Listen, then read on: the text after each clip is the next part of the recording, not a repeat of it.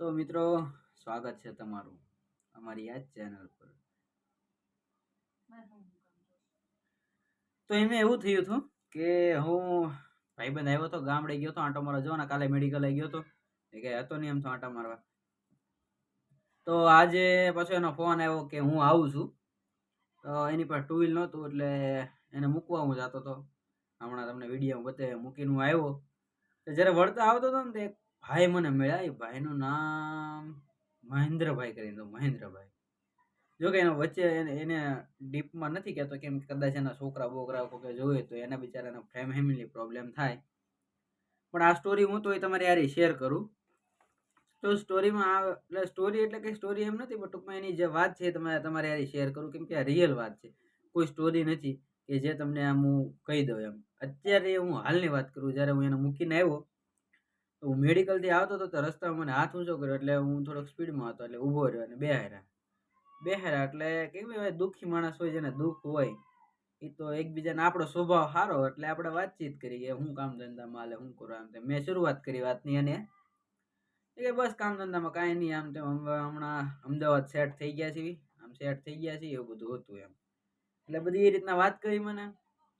પછી થોડીક હાલ્યા એટલે એનું સ્ટેશન આવી ગયેલું અને ઉભા રહ્યા. એટલે ઉભા એટલે મેં પછી થોડીક વાતો ચાલુ એટલે હું ઘડીક ઉભો રહ્યો. પછી એમ વાતો કરતા કરતા ઘણી વાત કરી, અડધી કલાક વાત કરી. પછી વાતોમાં કેમ કે આપણે વાતોના માણસો એટલે વાતો કરી. એમ તો વાતોમાં એમ હતું કે જો આજકાલના છોકરા છોકરીઓને તમે તમારા બાળકોને ખાસ એ ધ્યાન રાખજો. કેમ કે અત્યારની વાત કરું છું ને, એ જે ભાઈ હતા એ કાકા હતા, એની ઉંમર હતી લગભગ 63 વર્ષ. એને મને કીધી એની ઉંમર 63 વર્ષ હતી. એટલે અત્યારની ઉંમરને જે છોકરાની વાત કરીએ તો એ તો બહુ ઓલું થઈ ગયું, પણ એ ટાઈમની તમે વાત સાંભળજો. તો એ ભાઈ મને એવું કહેતા હતા કે એમાં એને 2 છોકરા છે. અત્યારે હાલમાં 2 છોકરા છે અને જે વાઈફ હતા એના ઘરેથી હતા એ એક્સપાયર્ડ થઈ ગયા. આ વાત તમને હું ન્યાય કદાચ એની સામે કરી કે, પણ કદાચ એને ફેમિલી પ્રોબ્લેમ થઈને ઓળતાની ફેમિલી પ્રોબ્લેમ તો હતી જ તે, એટલે એનો મેં વિડીયો ન ઉતાર્યો. આ તમારે યાર પર્સનલી શેર કરું એટલે હું કે તમારે ખબર પડે કે કેવા કેવા માણસોને અનુભવ થાય છે, માણસોની જિંદગી કેવી રીતના જાય છે એમ. તો એ ભાઈ મને કહેતા હતા કે એને 2 છોકરા છે અને વર્ષ દિવસ પહેલા અમદાવાદ સેટ થયા છે અને લગભગ 12 વર્ષ જેવા થયા. અને જે વાઈફ હતા એના ઘરેથી એક્સપાયર્ડ થઈ ગયા છે. તો ભાવનગરમાં સારા એરિયામાં એક એનું ફ્લેટ મકાન લીધેલું છે. ફ્લેટમાં તો એ ઘણું મોંઘું છે. અને 2 છોકરા છે. 2 છોકરાઓને ખૂબ ભણાવ્યા ગણાવ્યા, બહુ સારી રીતે પોઝિશને રાખ્યા અને બહુ સારી વ્યવસ્થામાં રાખ્યા. કે જોકે એને એવી સારી વ્યવસ્થા કોઈ નહોતી, જે એ ગરીબ જ હતા, પણ મહેનત મજૂરી કરી એના છોકરાઓને ભણાવ્યા સારું ભવિષ્ય માટે. અને એને બહુ એટલે બહુ સુવિધા આપી, સારી સુવિધા આપી, બધી સુવિધા આપી. અને પછી એક દોઢ વર્ષ પહેલા જે મોટો દીકરો હતો એના મેરેજ કર્યા. અને જ્યારે કોરોના હમણાં હાલતો હતો, COVID-19, એ ટાઈમમાં એની એક ઘરમાં 2 થી 3 જણાને કોરોના થઈ ગયો હતો. એટલે એ દવાખાનામાં મેં ઘણો ખર્ચો કર્યો. અને એ પહેલાં એના ઘરના જ્યારે એક્સપાયર થયા એ વખતે એને ઘણો ખર્ચો કર્યો. પછી આજે કોરોનામાં એની એક જે દીકરી હતી એક્સપાયર થઈ ગઈ. અને અત્યારે જ્યારે વાત કરું હાલની, તો અત્યારે હાલમાં એના 2 દીકરા છે ને બીજું કોઈ છે નહીં. મોટા દીકરો અને દીકરાની વહુ, અને દીકરાના ઘરે એક નાની દીકરી છે. તો એ દીકરી અને જે આખું ફેમિલી અત્યારે વર્ષ દિવસથી અમદાવાદ સેટલ થઈ ગયું છે. કેમ કે જે દીકરાને અહીંયા ભાવનગરની વાત કરું, હું ભાવનગરનો છું. તો ભાવનગરમાં એની જોબ હતી, જોબ એના ટ્રાન્સફર થઈ એટલે અમદાવાદ મળ્યું. અમદાવાદ એને ફરજિયાત જવું પડે. એટલે જે નાનો દીકરો હતો એ બેંગ્લોરના ઓનલાઈન કામ કરતો હોય, ટૂંકમાં એન્જિનિયર જ છે. એ મને ખાસ ભાઈને એટલું બધું ભણેલા નહોતા એટલે મને ખબર નથી એને શું કીધું, પણ કાંક એન્જિનિયર છે. 2 દીકરા એવું એને મને કીધું. એટલે એને પગાર સારો છે. બે દીકરાનો પગાર સારો છે. એટલે અમદાવાદ સેટ થયા. તો એ ભાઈની પોઝિશન અત્યારે વાત કરીએ તો એ પોઝિશન એ ભાઈની એવી છે કે ઘરમાં એને કોઈ બોલાવતું નથી. બોલાવે પણ એવું હરખું એમ પ્રેમથી, કોઈ પૂછે તો પ્રેમથી વાત ન કરે, વડકાથી વાત કરે. અને જે એના દીકરાના વહુ છે ને, એને એવું કે માવાનું વ્યસન છે, ફાકીનું વ્યસન છે. એટલે કે એ બધા એમ કે વ્યસન મૂકી દો, તમે ખાવાના નહીં, ઘરમાં ખાવાના નહીં. પછી મોટો દીકરો છે એ જોબ કરે અને જે નાનો દીકરો છે એ જોબ કરે, પણ એ ઘરે વર્ક ફ્રોમ હોમ કરે છે. એટલે એમ કે તમારે ટીવી નહીં જોવાની. પછી દીકરાના વહુ એમ કે આ ભાઈ જે કરતા ને કન્સ્ટ્રક્શન કામમાં કડિયા કામ કરતા, એટલે કડિયા કામ કરતા એટલે એ લોકો એવું કીધું કે તમે કામે જાઓ ને તો તમારા કપડાં નહીં બગડે. કન્સ્ટ્રક્શન કામ એવું છે કે એમાં જાય એટલે કપડાં બગડે, તો કપડાં નહીં બગાડવાના, બરાબર. પછી એમ કે તમારે બહાર ક્યાંય જવાનું નહીં બેહવા. ક્યાંય બેહવા નહીં જવાનું, કોઈ મિત્રને હારે બેહવા નહીં જવાનું, કોઈ મિત્રને ઘરે નહીં લાવવાના, બરોબર. અને એ ભાઈનું જે શરીર છે સારું છે, કોઈ રોગ નથી, નિરોગ છે, બરોબર છે.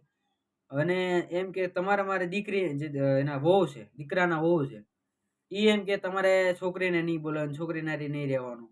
એને જે ગઢા માણસ હોય, જે માવતર હોય, મતલબ કે એના છોકરાના ઘરે છોકરા છે, એને શું લાલચ હોય કે ભાઈ આપણે આપણા દીકરાના દીકરા કે દીકરી હારે આપણે રમીએ, ટાઈમ પાસ કરીએ, એને રે વાતુચીતી કરીએ, પ્રેમ કરીએ. તો એને એમ કે તમારે એને નહીં બોલો, એને નહીં બતાવવાના. આવી બધી પ્રોબ્લેમ થાય છે. એ ક્યારે, અને મેં તો ચોખ્ખું કીધું કે તમે આ પ્રોબ્લેમ ક્યારે થાય છે, જ્યારે કે તમે એને પૂરતી સુવિધા આપી, બધી વ્યવસ્થા આપી, બધું ઘરની જે વોશિંગ મશીનથી લઈને એક સમય કે બધા જે મિડલ ક્લાસના, જે લોઅર ક્લાસના જે માણસો છે, એ માણસો હાથે જ કપડાં ધોવે છે, તોય તે એને એક ટાઈમનું જમવાનું લાવીને એક ટાઈમનું જમવાનું બનાવીને જમે છે, તોય મા બાપ એને ભારે નથી પડતા. અને એના બે દીકરાની વાત કરીએ તો જે મોટો દીકરો છે એને 50,000 પગાર છે, અને નાના દીકરાને 1,80,000 પગાર છે. હવે તમે મહિનાની ઇન્કમ ગણો તો કેટલી થાય, અને બે ભેગા રહે છે, એટલે કહું ને તો 2,30,000 જેવી ઇન્કમ થાય, બરોબર. અને આ ભાઈને જે છે એને પપ્પાને કે કામે જવાનું નહીં, કે બેસવા જવાનું નહીં, કે હગાવાલામાં જવાનું નહીં, અને ટીવી નહીં જવાનું, તો શાંતિથી ખૂણામાં બેસવાનું. એ કઈ રીતે માણસ બેસે કે કોઈ આવી પોઝિશન છે અત્યારે.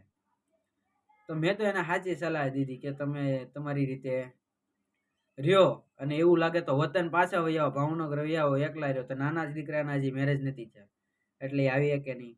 આવી બધી પ્રોબ્લેમ છે. અને ઘરમાં રહે તો એને કોઈ પ્રેમથી બોલાવે નહીં, કોઈ વતાવે નહીં, કોઈ બોલાવે નહીં, કોઈને કઈ બોલવાનું નહીં, કોઈ હારી જવાનું નહીં. આવી અત્યારે પોઝિશન થઈ છે. આવી રીતે માણસો મને મળે છે.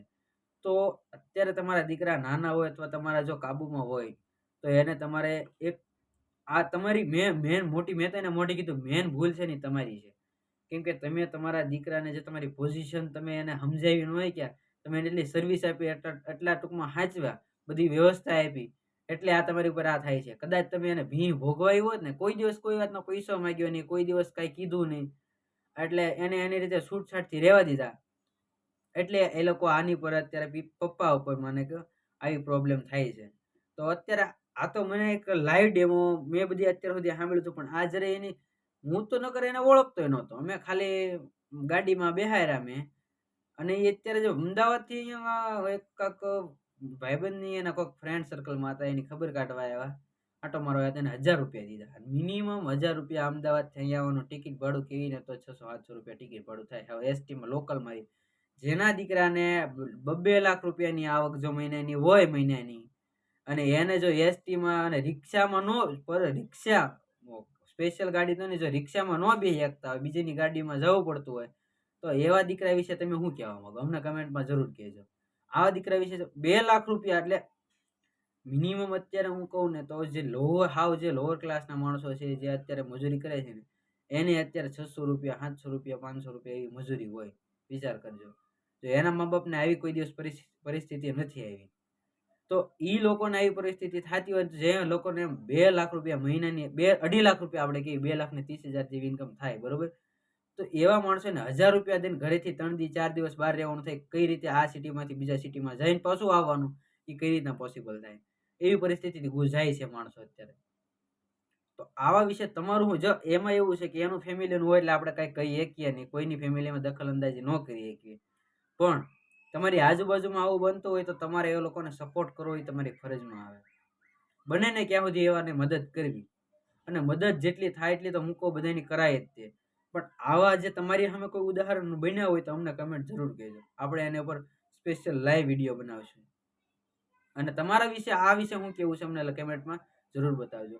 હવે હજી તો આપણે આખા દિવસના બ્લોગ જોઈએ છે, હું નવા જોની થાય છે. જોકે હવે ક્યાંય બહાર જવાનું નથી, ઘરે ને ઘરે કામ કરવાનું છે. તો અમારી પરિસ્થિતિ કાંઈક એવી જ છે, કાંઈ આપણે કરોડપતિ બની નથી ગયા, બરાબર. તો સપોર્ટ કરજો, અમારી ચેનલ લાઈક શેર અને સબસ્ક્રાઈબ જરૂર કરજો. અને આ વિશે જ મેં તમને પોઈન્ટ કીધા, એ પોઈન્ટ જે આ વાત કરી વાત ઉપર અમને કમેન્ટ જરૂર કરજો કે તમારું શું કેવું છે. તો કાંઈ વાંધો નહીં, જોઈએ હવે આગળ શું થાય છે.